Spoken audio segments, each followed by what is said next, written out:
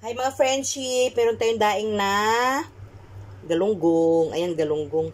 Ako lang naggawa niyan noong isang araw. Nilagay ko lang sa ref. 3 piraso, lulutuin natin. Siguro dalawa lang muna kasi medyo may kalakihan siya, oh. 3 piraso yan. Tapos, siyempre, pag may daing, dapat may gulay.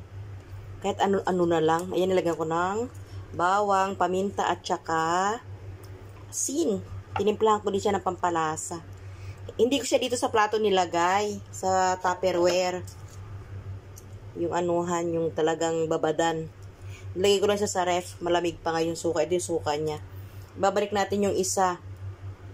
2 lang lulutuin muna natin. 2 peraso. Ayan. Yan ang ating daing.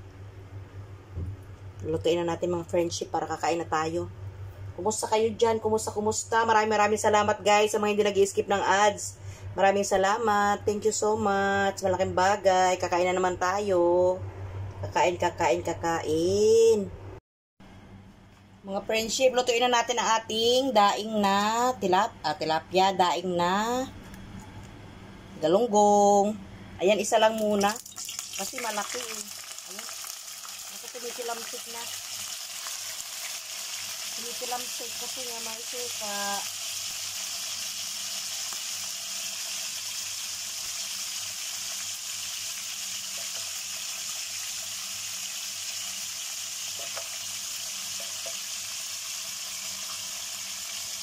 Ito pa yung iba, oh. Balik natin sa ref.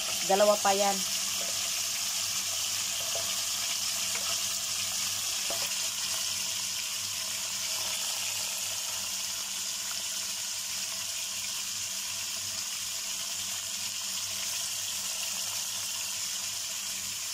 Ang bango.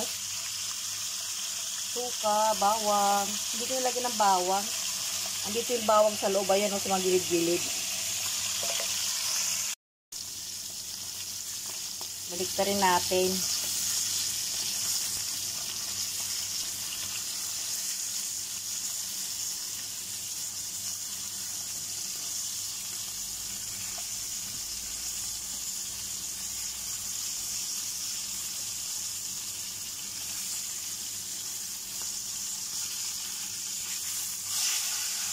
Ayan, ang ating daing na galunggong.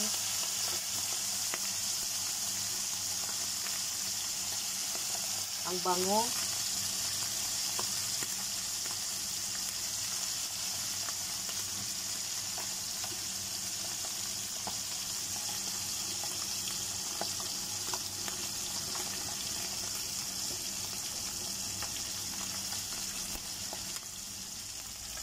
Ang bango guys. Gagawa tayo ng sausawan. Kahit suka. Pero kasi may suka na rin naman yan. Guys, ito na ulam natin. Ayan o, ugot de kamote. Talbos ng kamote. Nilaga ko lang din. Nilagyan ko ng asin konti sa kumukulong tubig. At saka itong daing natin na galunggong. Yung galunggong ako lang gumawa niyan. Binili ko lang ng buo. Tapos ako na lang naghiwa. Binabad ko na lang yan sa suka, bawang, paminta, at saka asin.